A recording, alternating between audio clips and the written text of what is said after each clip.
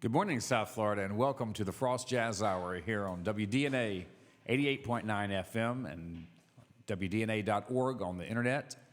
I'm your host today, Tim Smith. Welcome to a hot, steamy summer day here in Miami. But the music inside is going to be really, really cool for you today. We'd like to welcome our studio audience. Thank you for being here. We're at WDNA Studios is here on Coral Way, 2921 Coral Way, on Thursdays at 11. Please join us. The Frost School of Music, University of Miami, proudly presents the best in jazz.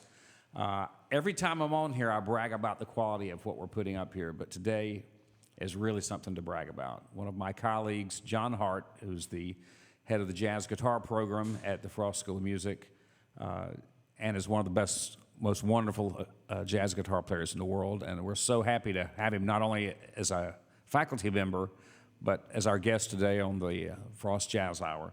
So with the best things in life for free, please welcome John Hart.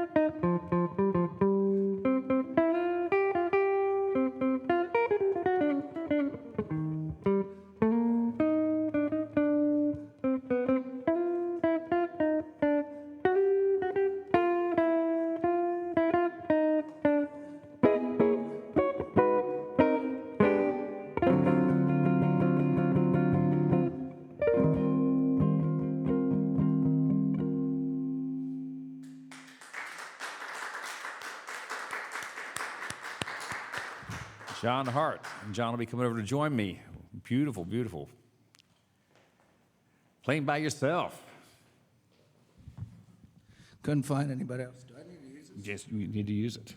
I can't hear it, though. It's on. It's just not real loud, but it should be fine. Yeah, I tried. I couldn't find anybody else. So.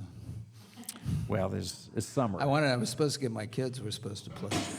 And They're too hard. old for that. You have so to pay Pop's them. Pop's got to take over. Well, it's funny. The last 4 or 5 weeks, we've had several of your students playing guitar. From Tim Jago, Brian Dubrow, Diego Melgar. And right. Yeah, every time they come in and sound good, I always bring it up and say, you must have had a good teacher.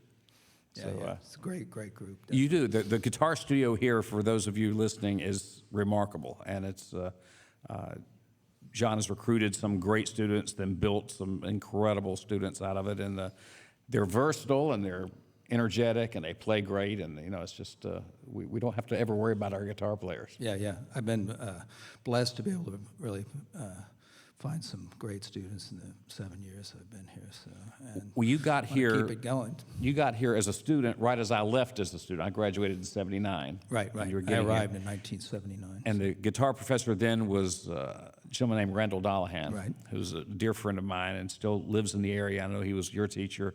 And it's very much like, I feel like in the bass thing with Don being here for so long, you just took over and are building and making it even better. So we're really thrilled to have you Well, I was here. honored to be able to take over for Randall, who left a great legacy. He did. 35 years and so many great students. And Well, obviously, your resume, you moved to New York, Right. and one of the names on your resume, there's a lot of them that are heroes of mine, but one is Jack McDuff, and I wanted to Right. ask you about that, because playing guitar in a band, an organ trio, is a whole different can of worms there, because there's no bass player. Right. And was Jack playing kicking bass with pedals, or was he playing left hand? well, the bass is played with the left hand, and then usually the pedals are used. They play the pedals constantly, but they use them to kind of fatten up the bass notes. So if he's playing a blues in F, he's going to be walking the lines with his left hand, but he might be pumping on an F. Right. And sometimes he'd play actual individual notes and stuff, but the pedals are a very important part of the organ. And also just be able to there's a lot of, people cross over from piano to play organ, and the technique of walking the bass line and stuff. It's not that difficult for a good pianist, but to be able to get the sound, especially the bass, I think that's like the real organ aficionados, to get that really fat, big bass sound. And the guys that are great, I've worked with some great organists, and they're constantly doing stuff on the instrument itself, changing the percussion, changing things. Right. Yeah, so it's not the just like, if you take a piano player that goes, well, I can play the piano, I'm just going to sit down and play organ. Sometimes it doesn't work. Because it's an orchestra in itself. And McDuff started out, he's from Champaign, Illinois, and he started out as a bass player. So he was a bass player. He was a professional bass player. So his bass was amazing, But organ and guitar blend really easily. Also, so it's very common. That's why the organ groups always have guitar, and it's very, you can almost play anything on a guitar. It sounds good playing with an organ. Well, I think that's one of the ways George Benson got his start, too. Right. Well, McDuff started out George Benson, and Pat Martino. That was his first gig, so he has that. Mark Whitfield also, and Grant Green's first record has features Jack McDuff. So he's very very. Big figure, not only as in his own right, but in his influence in the jazz guitar world. Oh, absolutely. Too. Well, you stepped into something wonderful there. That's great. Want to hear a lot of music today, but I also wanted to ask you about you keep a very, very active performing and recording career, which I don't know about other schools, but in our jazz department at Frost, a lot of us make records, a lot of us play gigs, and I think it's really, really important. Yeah. I think it's important, and to be able to impart that kind of experience on the students rather than just straight pedagogy. It's like, well, this is I've been doing this, and if you do it this way, maybe you can get some gigs too. I love it. Sounds good. What would you like to play for me next? I'm going to play "Embraceable You" by George Gershwin. All right, John Hart. Let me give you a heads up what's going on in the coming weeks. Next week is the 4th of July, so we will not have a live show here in our studio, but we're going to replay a recent show that we did with the great Hal Rowland and his group, and it was just a remarkable day, and we're really honored to be able to play that one again for you. On July 11th, Ben Beal and his band. Ben is a recent graduate with his master's from our program. He's a great piano player and vocalist. Then on the 18th, Lucas Apostolaris will bring in an ensemble. Lucas is a multi-talented arranger, drummer. July 25th, one of John's recent graduates from his program, Brian Dubrow, will be back here with the trio. And then on August 1st, I think a great mutual friend of John and I, Lindsay Blair, will be bringing in a duo called Duo Brubeck featuring Lindsay. And in coming months, we're going to have the great Ron Miller will be here, and he was a very important teacher at the University of Miami's Frost School of Music in the old days. Big influence on Pat Metheny. Certainly influenced me. I'm sure he influenced John too. Just great composer, great piano player. So we've got a lot of good stuff to listen for and to look forward to. Here's George Gershwin's Embraceable You.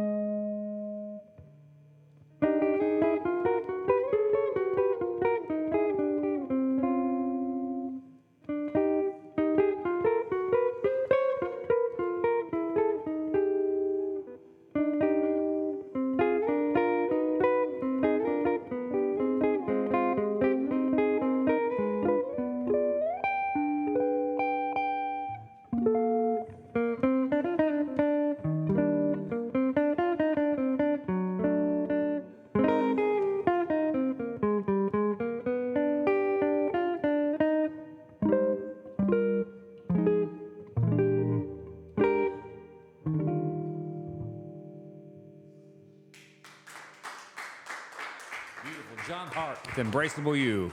We'll be back after a short break.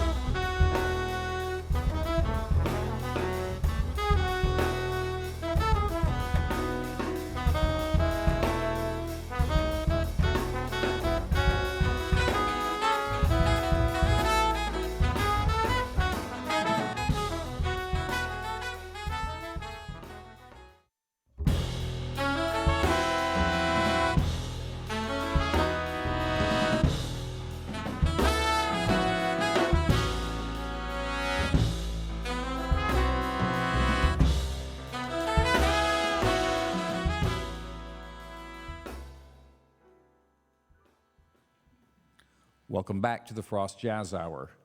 Our guest today is the amazing John Hart, one of our illustrious professors at the Frost School of Music. And again, the Frost Jazz Hour, every week we try to bring you the very, very best in jazz with the South Florida flavor, University of Miami flavor. Sometimes it's student groups, sometimes it's faculty, special guests, alumni, and some of them are all of the above. John is a graduate of the program, is also an alumni of the program and a great guest artist as well as a faculty member, and so we're glad to have him. He's going to do a beautiful medley now of a couple of real special tunes. Would you say this is directly out of the Duke Ellington world, or? I guess it's "In My Solitude" and "Caravan." Caravan, right. So it's from that era, and I can't wait to hear what you do with these two. John Hart on the jazz guitar.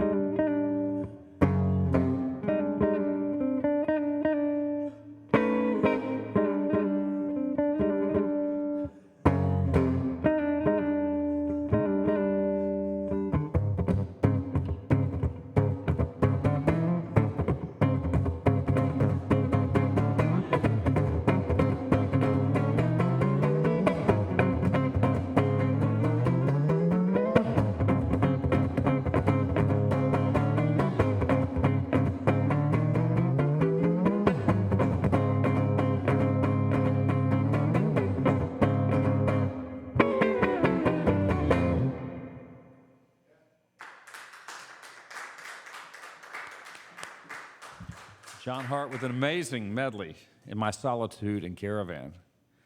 It's something that was really obviously a reharmonization of John's, but those songs, Duke Ellington wrote those songs in the 1930s, and we still play them today, and they still hold up. They were very advanced sounding when they came out in the 1930s. Billie Holiday had a recording of In My Solitude, and then, of course, Caravan was a famous feature for his whole band. But to think, when we use the word standard, as musicians, we use the word standard to, I've heard other people call them evergreens or whatever. Those songs, they hold up no matter what. And then you add your genius reharm to that, and it's an amazing thing. Oh, imagine creating something that 90 years after the fact, we're still enjoying it. Yeah, they're great vehicles. In My Solitude is actually a study in simplicity. Almost such a simple tune, beautiful. It's in D flat, which was a lot of the Ellington and Strayhorn tunes were in D flat. They just found that key particularly resonant. And then Caravan, of course, was composed by the trombonist Juan Teasel, and it really sounds when you hear the original with the muted trombone playing the melody, it's very slow and very moody, and just it captures the Caravan.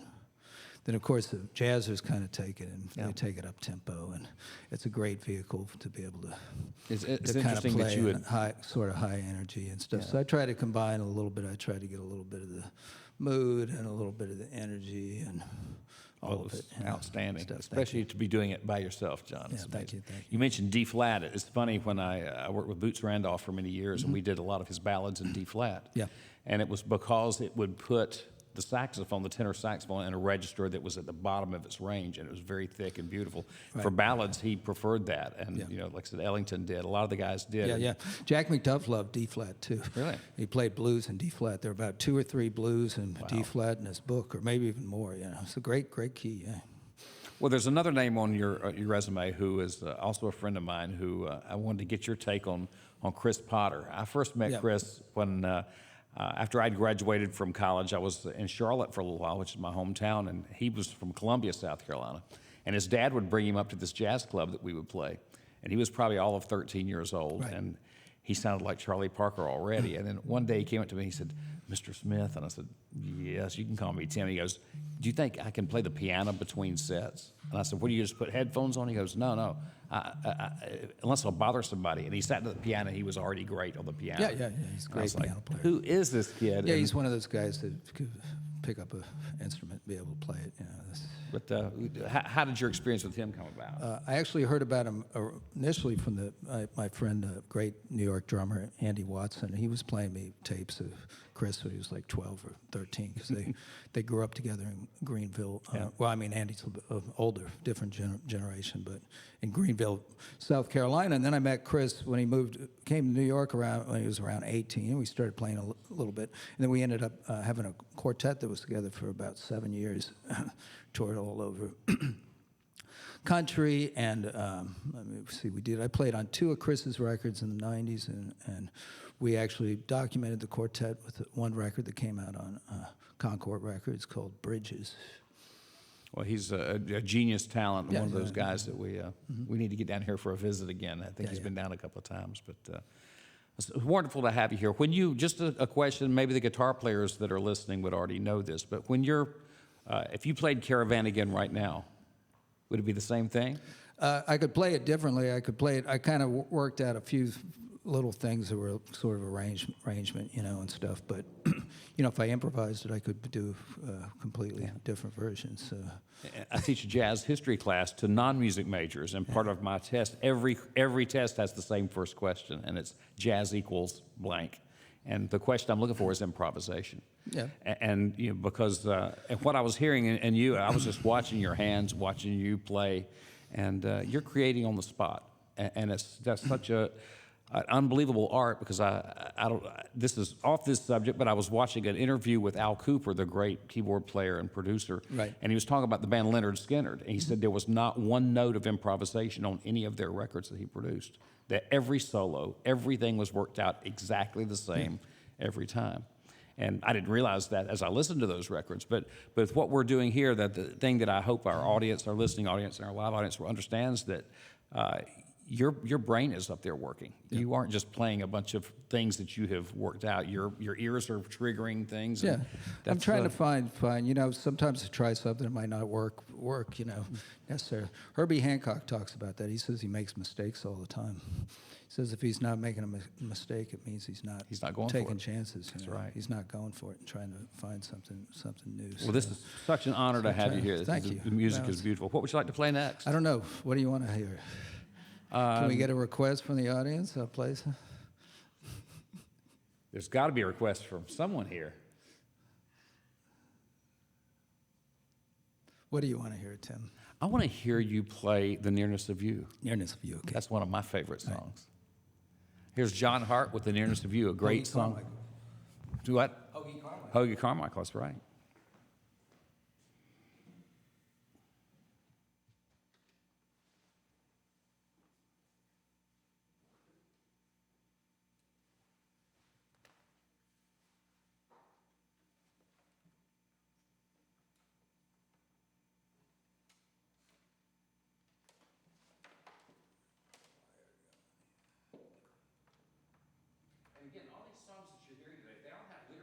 Most of this great jazz music wasn't just written for us jazz musicians to play over. These were great songs. Many of them were huge hits of the day with great lyrics. And so as we learn these songs, it's really important to learn what the song's about. You know, The Nearness of You it's not the pale moon that excites me, that thrills or delights me. Oh no, it's the nearness of you. So we'll hear that, I'm sure, in John's rendition.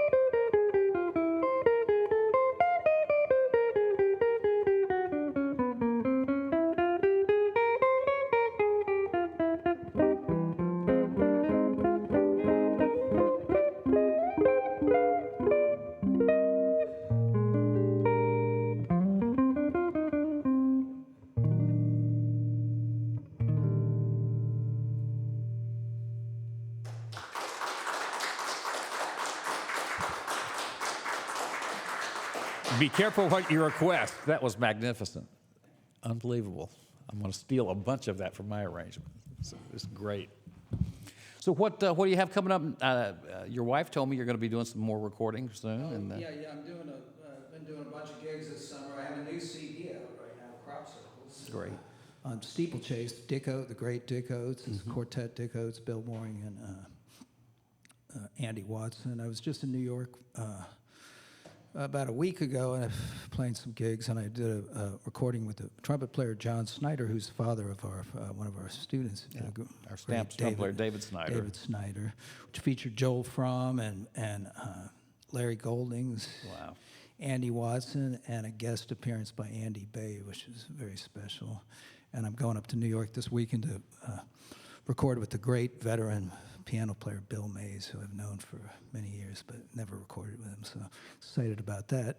Back home, and then 2 weeks later, I'm doing a week tour with Brian Blade and a new band of his that I play in called Life Cycles. We're playing at the 2 nights at the Jazz Kitchen in Indianapolis, and then we're going to play 4 nights at the Blue Note in New York, and then we'll be on tour again in September around the States. So, and a new record coming out from that band too. So. Yeah, Brian Blade is one of the great drummers in the world, and one of our other faculty members, Melvin Butler, is a member of his fellowship band. Yes, so that's a great connection for us to have. And, yeah.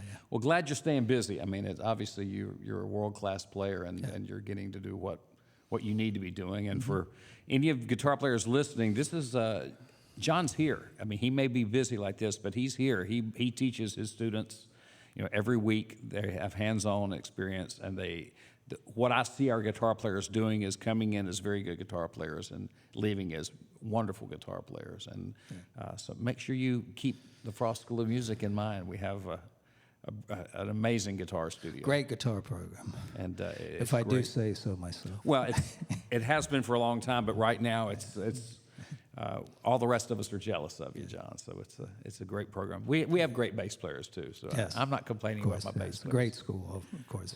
And again, this is if our dean here right now was here, Shelley Berg, if he's here with us today, he would say the same thing. He's still recording. He's still out chasing, selling records, doing performances. We don't want to be a school of dinosaurs. We're out there trying to do great music and be an inspiration, not only one-on-one with our students, but then when they hit play on their music and hear what we do, we hope that's an inspiration to them also. We've got a few minutes left. I would love to hear another song of yours that I've actually played with you once. I don't know if you remember it, but a long time ago. You have an incredible version of Here's That Rainy Day. Oh, okay. Yeah. Will you play that for us? I'll play that, yeah. Unless you had something else in mind. No, I'll play that. Great. This is from one of my records, this arrangements from a trio record that came out a few years ago on Zoho, same label as your new record's on. The record's called Exit from Brooklyn. This is my arrangement of Here's That Rainy Day. This is a great song by Jimmy McHugh and Jimmy Van Heusen, whose real name, for those of you keeping score, is Chester Babcock. He didn't like that name, and he was walking by a store that was selling Van Heusen shirts, and he said, "That's my name, Jimmy Van Heusen." True. That is true. I wouldn't lie to our radio audience, John. We've had a wonderful time today here on the Frost Jazz Hour. Our wonderful jazz guitar professor, John Hart, playing solo and playing so remarkably. Thank you to our audience for being here, and here's John to take us out with Here's That Rainy Day.